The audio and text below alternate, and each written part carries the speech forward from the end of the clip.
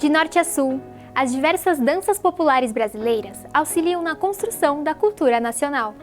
Mas como elas se relacionam com a história e os costumes de um determinado povo? Acompanhe! Muito além de uma atividade física e uma manifestação artística, a dança sempre foi um elemento fundamental na história humana, auxiliando principalmente na construção de suas diversas culturas. Todas as danças podem ser caracterizadas como danças culturais a partir do momento que elas nascem e acontecem, né? Nascem e são mantidas por pessoas, né? Então, toda pessoa, toda gente tem uma cultura, nasceu em um determinado lugar. Uma dança cultural, ela pode ser esse conjunto de conhecimentos que estão sendo cultivados e transmitidos de geração em geração, e que também pode ser um conjunto de conhecimento que vai gerar identidade e pertencimento. Porque nosso país é continental, né? As dimensões territoriais, geográficas são muito grandes e a gente realmente acabou virando um polo de mistura, assim, muito eclética, né? Cada região tem identidades tradicionais dançantes muito diferentes, né? E é importante dizer que em diferentes culturas a gente tem a dança numa perspectiva integrada. Geralmente a dança acontece junto com a música, que acontece junto com uma estrutura cultural de produção de artes manuais, como instrumentos, roupas. Esse livro, ele é um livro que é uma boa referência para esse panorama das danças, né? É do Gustavo Cortés. E ele faz uma separação entre ciclos festivos e as danças populares das regiões do Brasil. Quando ele chama de ciclos festivos, são as danças que acontecem ao longo do ano nacional. E aí tem o ciclo natalino, o ciclo carnavalesco, o ciclo junino, a festa do divino e o alto do boi. Que cada região depois vai dar o seu jeito, o seu sotaque a partir daquela cultura local, mas que elas acontecem em território nacional. E aí, as danças populares tradicionais, eu elenquei algumas, mas são muitas danças, então eu já peço desculpas, quem está vendo é de uma região que fala, putz, ela não falou sobre tal... Não vou falar todas, tá? Lá da região norte, o carimbó e o marabaixo, que são duas danças de origem africana.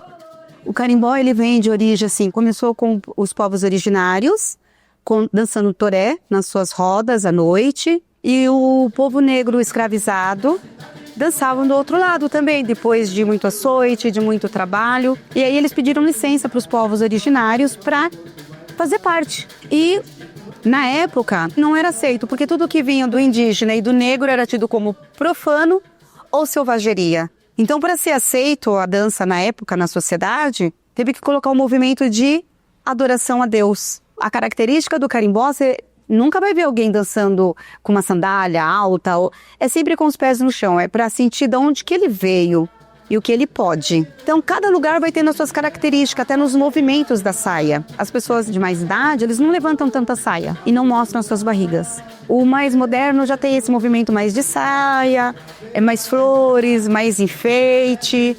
Então, cada lugar vai ter a sua característica. No Nordeste, eu elenquei o frevo e o maracatu. Mas fiquei com muita dó de não citar, então eu vou pelo menos falar o nome da ciranda e do coco. Para vocês terem ideia, inicialmente no frevo, a gente não pesquisa frevo nas páginas de cultura da cidade. A gente vai pesquisar nos jornais antigos muito mais relativos à violência. Então era algo colocado como algo que eram corpos negros dançando, tocando, que já eram mal vistos socialmente, e na hora que você vai ver, assim, você vai pesquisar, geralmente está associado a esse lugar de violência e tal. Quando o frevo começa, ele tem essa ideia de explosão, que é meio alegria e meio revolta. É essa ideia de liberdade, assim, esse momento é o meu momento, é o momento do meu corpo brilhar, existir, assim, viver. Aos poucos foi se aproximando muito mais desse formato que a gente conhece hoje, que é, o frevo acontece a partir de uma música instrumental, extremamente rápida, que é tocada pelo meio da rua, em movimento. E o corpo precisa estar o tempo inteiro pronto para poder reagir ao que acontece ao redor. Então é um corpo que cuida de si mesmo e ao mesmo tempo ele precisa cuidar um pouco do espaço para poder desviar ou segurar algo. E assim vai criando uma especificidade muito grande. É como se a cintura escapular e lá o quadril tivesse o tempo inteiro cada um indo para um ponto diferente. E isso por si só já traz um corpo muito, muito, muito específico. Na região centro-oeste, eu elenquei a catira e a cavalhada. Na catira, ou cateretê, é a batida das mãos e dos pés que marca o ritmo da coreografia. Com influências indígenas, africanas e europeias, a dança pode ser formada de 6 a 10 componentes e mais uma dupla de violeiros, que tocam e cantam a moda. Do sudeste, eu elenquei as congadas e o Moçambique. Além dessas danças, no início dos anos 2000, no Rio de Janeiro, uma mistura de break, frevo, samba e capoeira começou a ganhar fama nos bailes.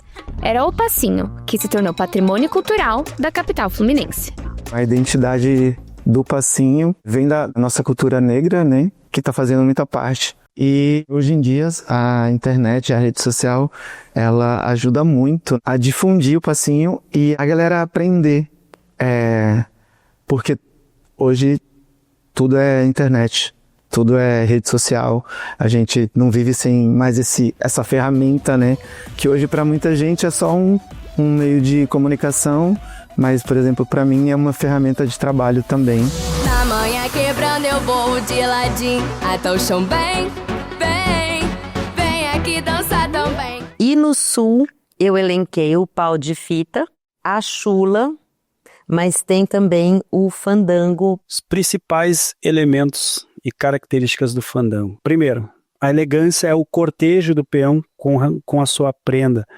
A gente, quando vai e ensina um aluno, a gente vai lá e ensina ele desde como convidar a prenda a dançar, bem como o deslocamento no salão, passos, giros, a vestimenta que se usa, uma cor de lenço adequada. Ele compartilha a família, ele transborda e respeito. Respeito seria a palavra-chave ali nesse quesito. E tem uma diferença na forma como grande parte das pessoas veem a cultura que a gente chama de cultura erudita e a cultura popular. Geralmente a ideia é que uma orquestra sinfônica é incrível e uma orquestra de frevo é um negócio um pouquinho aquém, assim. Muitos praticantes de dança, vinculados às danças clássicas, buscam conhecimentos legitimados na academia. Por que eu estou dizendo isso? Porque os mestres de coco de umbigada não vão justificar a prática deles com os conhecimentos acadêmicos. Mas na hora de organizar esse conhecimento que está sendo cultivado de geração em geração, ele consegue inclusive formar muitas pessoas nessa prática.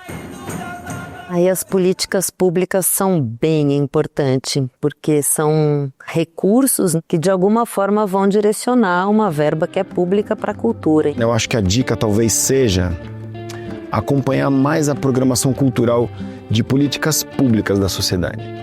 A Secretaria de Cultura da sua cidade, entrar lá para ver o que é que tem lá de danças populares, de danças contemporâneas, de danças clássicas. A cultura brasileira, ela é muito discriminada. Então, o povo brasileiro precisa ter esse olhar mais carinhoso com a nossa cultura, né? Abraçar a nossa cultura. Porque o pessoal lá de fora abraça. Falta o povo brasileiro abraçar a cultura. Não discriminar.